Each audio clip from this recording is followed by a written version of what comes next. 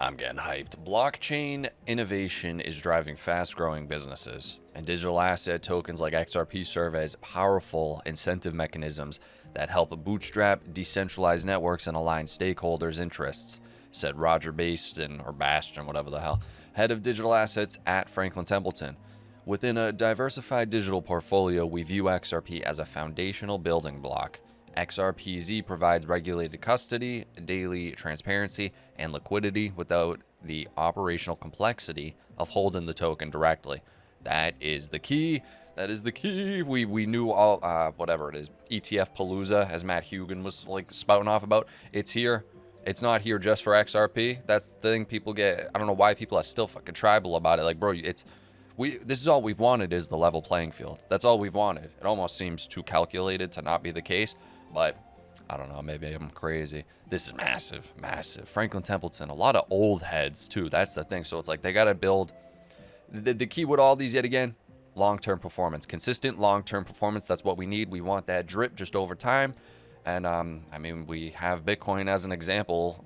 If we want to use it as an example of what happened after the ETFs, it went down a little bit, but then it had a consistent long rally. So the Franklin Crypto Trust Index will now include Bitcoin, Ethereum, XRP, Sol, Doge, ADA, and Link. The fund will match those weights and allow in-kind creations and redemptions. Franklin Crypto Trust filed an 8K confirming a major expansion of its Easy Peasy. That's a great ticker. Starting effective on December 1st, 2025. More assets, more flexibility. Yeah, but when you throw Doge in there, is that not just gonna taint the whole thing? Because I would. It's a good fund, but for me, I wouldn't want. This is just me personally. I wouldn't want Ethereum in there, and I wouldn't want ADA in there or Doge. That's my thing. My top ones: XRP, Link, XLM, Sol. Dude, just those four. Yo, Donnie Berg accepted the invitation to visit Beijing in April and invites President Xi Jinping to U.S. state visit later this year. Yo, these guys need to just fucking go in a room and work it out. Sick of this. This is still going on. He was supposed to announce the trade deal with them before Thanksgiving. These fucking guys, man. Enough. A god candle. I don't know what he's referring to. That's very ambiguous of him. Dark Defender. Is he an XRP hater or a lover? I don't know.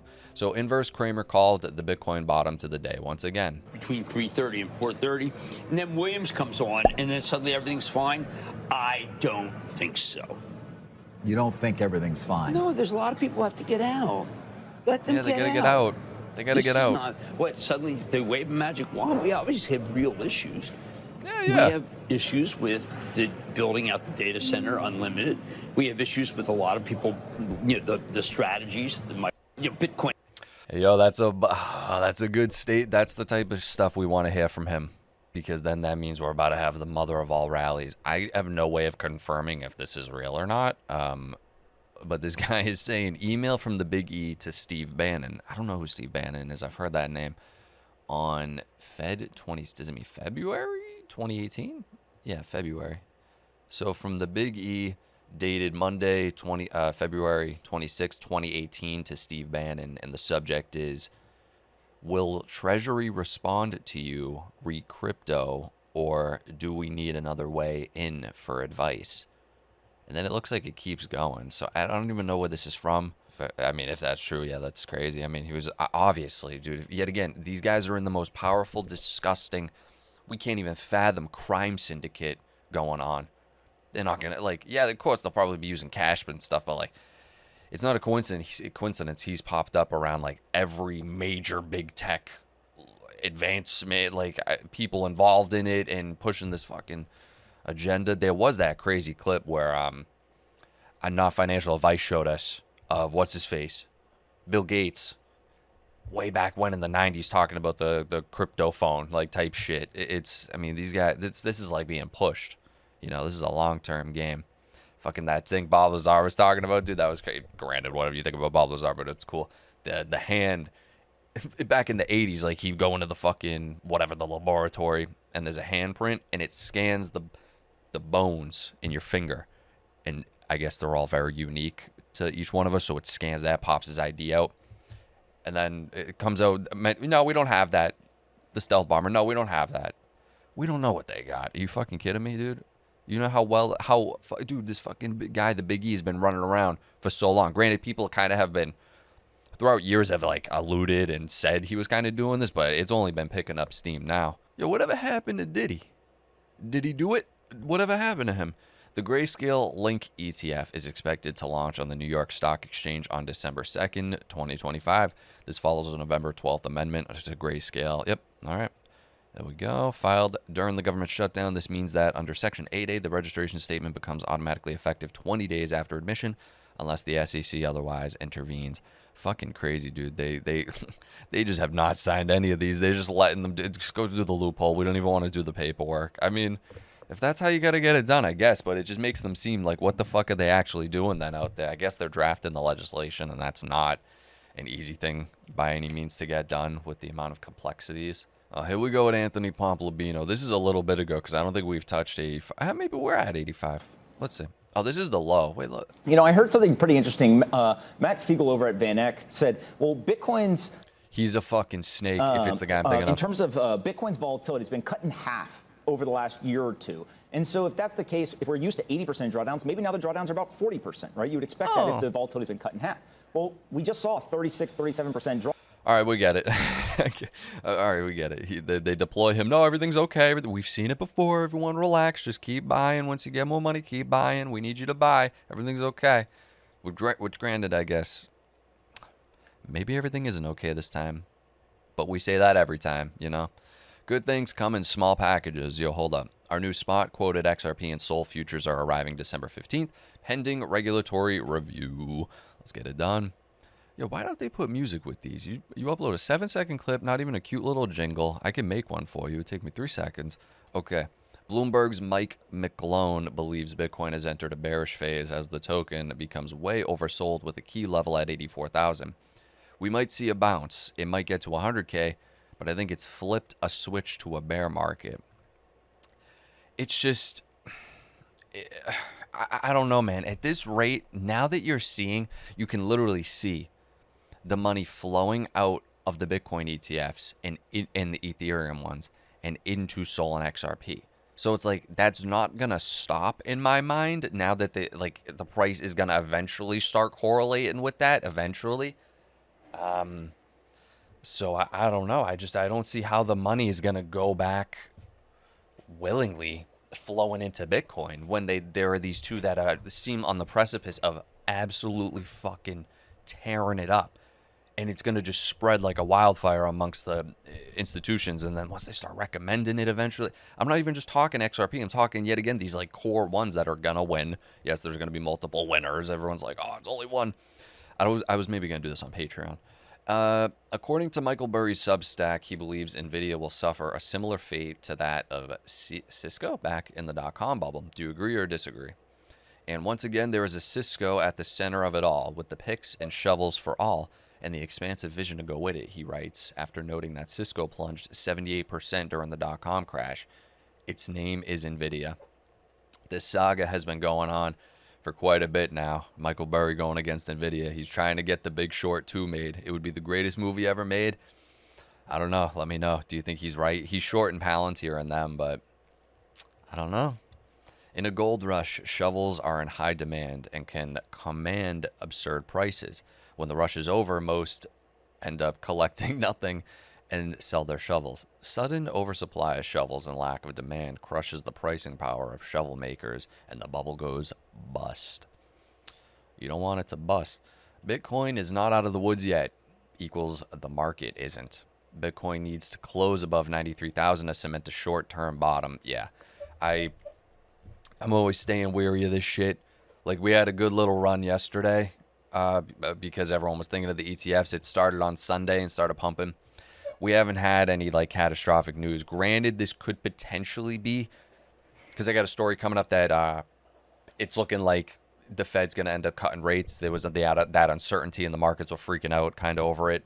But now it's looking like they're going to do it. So maybe that's what this is, pricing that in now that we kind of have confirmation it's coming. They could throw a curveball and send us back down. But Poly Market has been generally right. That's not like the best basis to go off of. But you know, I mean, it's the people. his insiders. I mean, there's fucking everybody. Unless, yeah. I'm not watching 20 minutes of him, sorry. So the Bitwise XRP ETF is absolutely tearing ass with I'll round it up 1.3 equating to 32 million. And that was, wow, they still had 1 hour to go. Wow, they're killing it, bro. It's starting. It's so exciting. It's so exciting. We have no idea what's coming, bro. I mean, we do, but it's like, it's the pain of that. We know it's coming, so like we just gotta get dragged along. Like they fucking lasso you and you're running on the back of the horse. System. Oh my god, he's so loud. Who is this guy? See, Cody Carbone at the state level as well. I mean, we've already talked about the municipal bonds in New Hampshire. I think you're going to see more states start to replicate that. This. Was crazy. Can you pay your state and local taxes through Bitcoin, through XRP, through it? Uh-oh. What if there's the tax advantage of that? Because when he was talking about they were floating around on no tax on American-made cryptos, maybe it doesn't necessarily mean if you sell it. Maybe it means you could pay your taxes in a tax-free. That's what that other guy we just covered a couple of videos ago in Congress floating around his new proposal to be able to do that if you pay in Bitcoin. So maybe he's just kind of like the talking head for Bitcoin, but the big boys behind the scenes are like, nah, I might, if we're going to do this, probably do a couple, you know, to wet my beak with too, Ethereum, you know? I think this is going to or Ethereum. RP through with Is Ethereum American? Ethereum. I think this is going to be, it's a copycat government system. Well, it'll be huge. Okay, so all right, that'll be huge. Says, oh my God, Eric Trump showing off American Bitcoin mining facility. Let's fucking see it, Eric. Hey friends, Eric Trump. Welcome to American Bitcoin. You're not my friend. It's a little sneak peek of our facility in Texas using American energy. Yeah, using unnecessary fucking energy, to mine Bitcoin right here on American soil. We could not be more proud of this facility. 35,000 of these servers right here, all liquid cooled, all this. Securing the network, mining Bitcoin. Every all single day this. we mine about 2% of the world's Bitcoin supply, and we safeguard it every single day. So when people say that cryptocurrency is intangible, it's not. It's very tangible. And this right here, guys, is living proof. So where's the Bitcoin? Show me the hey fuck. Friends, Eric Trump. Dude, what the fuck? Dude, this is just so... I can't, dude. Looking at this and the other options that are fucking beyond energy efficient, and we're fucking doing this. It's just, it does not make sense. It does not. Maybe it does, but I've yet to hear a super compelling reason. We were watching that other video talking about how a little bit more in depth of what they were trying to do and take some of these sites to naturally, I guess, green energy spots, but like they're in a weird spot, so they can't go back and connect them to the grid. So it's just better to just like throw something down like a Bitcoin mining rig right on top of the energy source to make use of it somehow, you know? And just, it's, makes, I don't know. this year. So why is the fucking audio so loud? It keeps pissing me off, dude. What do you got? Well, XRP could soon be included in state treasuries across the U.S. as it should. They just allowed,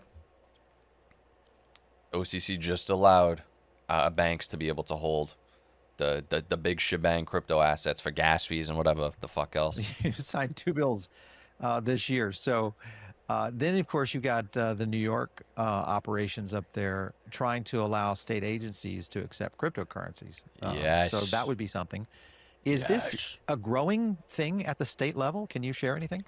It's growing it's on a your movement. face, Paul. I think every state is sitting there and seeing there are benefits to digital assets, whether we issue municipal bonds backed by Bitcoin like we saw in New Hampshire, or we issue licensing bills to provide clarity that the federal government is not providing right now to token issuers or to platforms. There is a growing interest at the state level to become hubs for digital asset companies. They are viewing this like it was the dot-com boom of the early 2000s, that every state in the country wanted to find a way to bring in talent that were helping develop and build the internet. We're seeing it now on the digital asset side. It is just the next wave, this Web3 wave. So I think this is just the beginning. I wouldn't be surprised if we're talking next year and all 50 states have signed digital asset bills, especially as the federal government slow walks a lot of the regulatory progress that we want and that we are pushing for. We're seeing a lot from the agencies and the administration, but Congress is slow, as we just alluded to at the top of the conversation. I think every state's going to get involved. We just actually at the Digital Chamber launched the Digital State Network to be more active in the states. Our member companies that we represent are demanding it. They want to go into the state houses. They feel comfortable with what's going in Washington. They want to have conversation with governors, with state elected officials. And so we will be very active in all 50 states next year. Okay. Good for you, I guess. So, I mean, dude, that's what we need. That's what we need. Monday close, total 85 million for one day in the 4 funds for the XRP. Wow. Granted, yet again, you always got to take into consideration these just launched. So you always got to be like, the whatever. The hype is leading to these inflated numbers, which I totally get. But it's just looking too good right now. When you're looking out a couple of years, bro, it's looking fucking mighty fine. Yeah, so it's waking up that JP Morgan kind of infiltrated, and Goldman Sachs that kind of infiltrated Ethereum, and they were a little bit behind what seems to be putting the lawsuit on Ripple, and now they're doing the coordinated shit against fucking Michael Saylor, apparently. This guy's pretty good. Okay, so let's talk about the risk that these larger banks have with decentralized networks and with blockchain. So the big banks depend on deposits, right? Deposits with duration, so they can have some understanding of the reliability of those assets being within their institution. So they can lend those assets via mortgages or various other lending arrangements. Subprime mortgages for the win. Okay, now when you have the blockchain where it's a decentralized system and everyone can control their own wallets and they can move assets 24/7, that compromises the bank's business models. And so they feel threatened by this blockchain concept, by Bitcoin. They're Bitcoin generally, no. They're fighting tooth and nail over the stable coins right now, saying that you cannot get yield on the fucking stable coin, that they're fighting for it. And if they can break the thesis in Bitcoin, then their business is more secure. And what you're seeing lately is banks like JP Morgan launching their own blockchains, but they're not decentralized networks.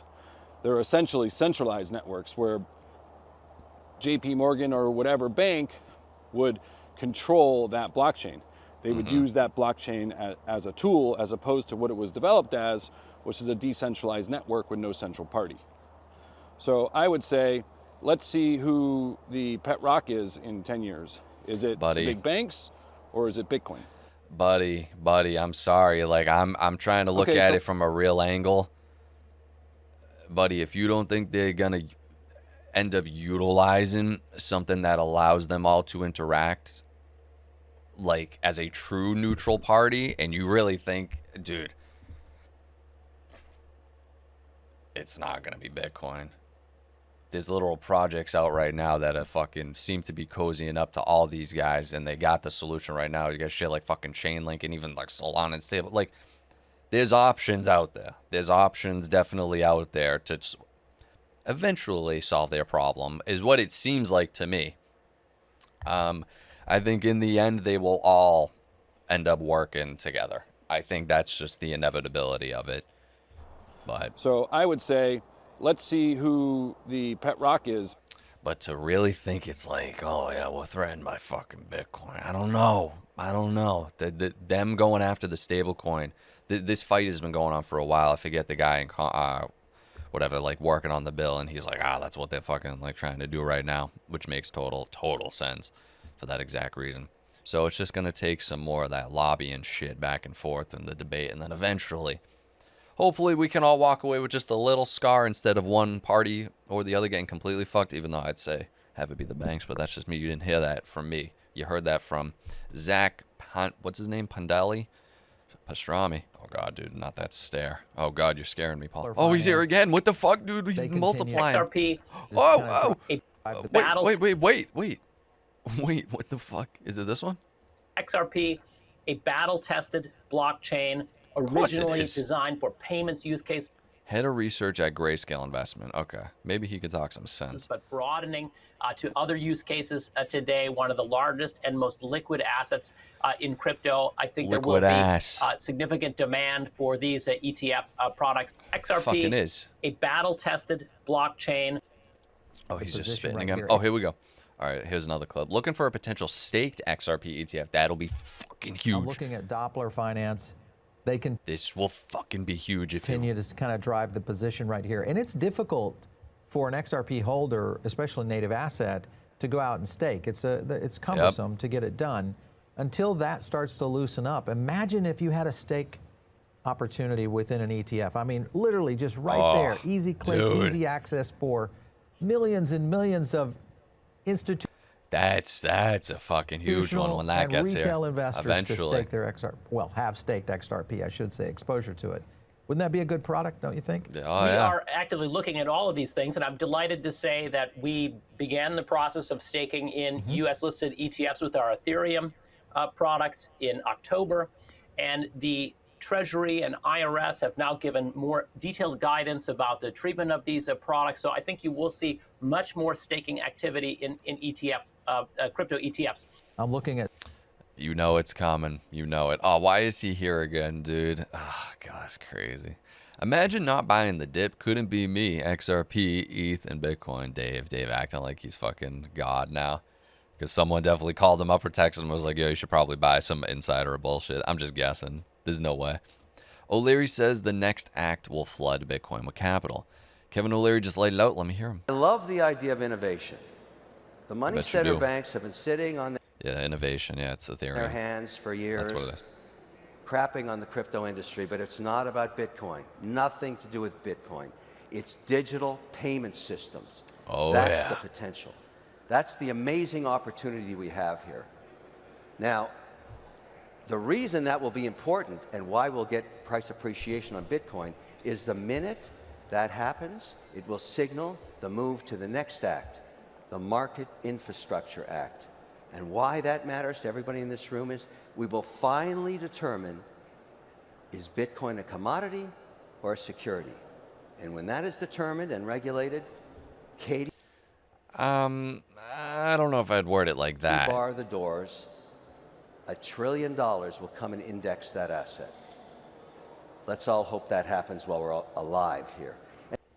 Yeah, I mean, I don't doubt that. I think that is what we're waiting on when Trump fucking signs that thing eventually for the clarity. I think that's the big shebang. They were yet again, I can't believe how much they moved the goalpost. They really do just drag it along. They were talking like October, then November, then the shutdown and all this shit. It delays everything. Everything just keeps getting delayed. They're still fighting tooth and nail. They don't want the fucking stable coins getting thing. It's just, it never ends in this world. It's so crazy. And last I heard now, they're like, oh, we want to get it done hopefully early December. Some key dates that could maybe align with it, that the market could be tearing ass by then. We're still waiting on China trade deal. We just saw Ukraine maybe agreed to a peace deal. It takes two parties to tango, though, so we have no fucking idea what that. But there's that. There's the potential dividend checks, you know, down the float. We got the Fed rate cuts. We got QT ending. So there are some things, and if that thrown on, that could be interesting. Not saying it's going to happen, but those are just things to keep looking towards. Japan's financial services agency will require crypto exchanges to hold liability reserves to compensate users for hacks or security breaches. Okay, you like to hear it. 1.7 trillion asset manager Franklin Templeton says XRP plays a foundational role in global settlement infrastructure. Will be highly interesting to see how world's largest asset managers draw battle lines around various crypto assets. BlackRock sitting out XRP ETFs, for example. Yeah, it's very interesting. Very interesting. Then you can see where the true alliances lie. This is why, like, oh, right here. Okay, right on schedule. This fucking guy, we covered this guy before. He is, let me close some of this shit. Let me close that. Matt Siegel, absolute stud muffin. Head of digital asset research at VanEck, okay? VanEck on chain. I don't even know why we're really like given this much kind of like even street cred to VanEck, because I found a chart right here that compares. He basically shit talks XRP, but you'll see. Because you look at, yet again, VanEck, total assets under management as of 2025, 133 billion versus someone like Franklin Templeton, 1.69 trillion.